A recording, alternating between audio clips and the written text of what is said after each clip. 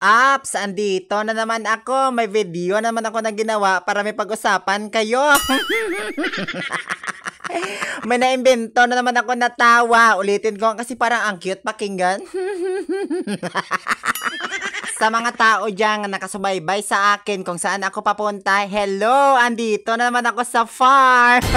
Nagpunta pala kami dito kasi may naamoy ako galing sa school. Sabi ko, parang gusto kong kumain ng mais kasi parang may nag-iihaw. Kaya hinanap ng aking karamdaman. Mga 5 kilometers siguro yung agwat. Sabi ko, andun sa bukid na yun, may nag-aani ng mais. Kaya nagpunta kami.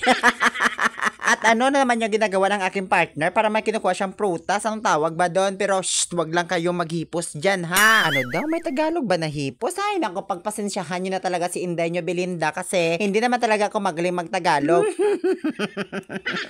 Wala talagang kamali-mali yung may-ari dito na nagpakunwari lang kami na usap-usapin lang namin sila para Tagalog yung usap-usapin ha. Pero believe talaga ako sa mga kasamahan ko kasi todo effort din sila. Nagpakunwari din sila nga, hala sige, guluhin mo sila kaya para makakuha tayo. Magdala ka na ng plastic tsaka sako para may lalagyan tayo ng mga mais.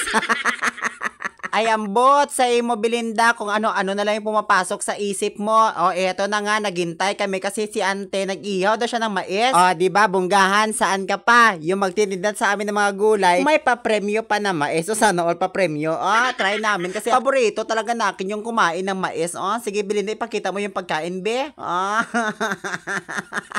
Ayan, nakita nyo na si Inday Belinda kung paano magkain ng mais. Sabi ni Auntie Maylin sa amin, hala teachers, punta tayo dun sa unahan ho kasi andun yung mga pichay namin, maraming gulay. Kaya pwede kayo magkuha ng kahit ano hanggat gusto nyo. Habang naglalakad kami, ito si Sir Mark, may nakuha siya na kugon. Sabi niya, pango, magat! Dito pala sa daanan namin, maraming mga sili dito kaya ingat-ingat kami baka matapakan sila. Malapit na nga kami, andito pala si Uncle, oh, sobrang sipag talaga. Siya talaga yung nag-aalaga sa mga gulay nila sa mga tanim. Oh, makikita niyo marami pang mga pichay dyan, yung mga baby pichay. Andun yung mga mother pichay, oh.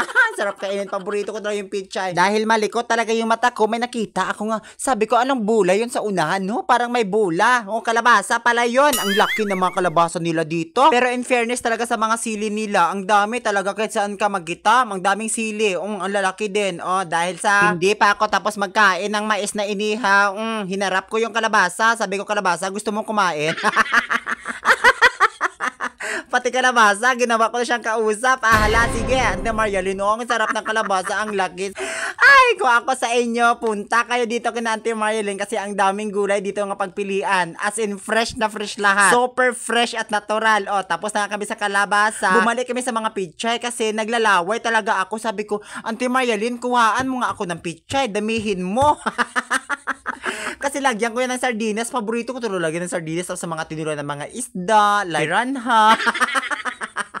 Diba? Green talaga yung mga pichay dito. Kung mapapansin nyo, ang taba-taba talaga kasi natural lang talaga yung mga fertilizer dito. May patula pala kami na nakita. Sabi ko, wow, sana all ang laki. May naalala ako sa laki dito at Tugis at saka may langka din sila. Ang bango-bango ng langka kasi parang hinog na ito. Sige. Ops, sana all may mga dalan na hindi pa rin kami kontento habang pauwi na nga kami. Nakapulot pa kami naman. Nangunguha pa rin kami ng mga sili kasi ang dami talaga. Sabi ko, Ante Marialyn, paano nyo ito dinidiligan? Kasi sa bahaba, parang isang linggo nyo ito matapos sa lawak pa naman, di ba? Ang sikreto lang sa pagbinyag dito naman kanila mga taniman dito is mineral water yung ginagamit nila. Sana all mineral yung binibinyag. Kaya sabi ko, bakit ang ganda-ganda ng kutis ng mga sili nila dito? Kaya nag-enjoy ako sa pagpitas-pitas. Sana all.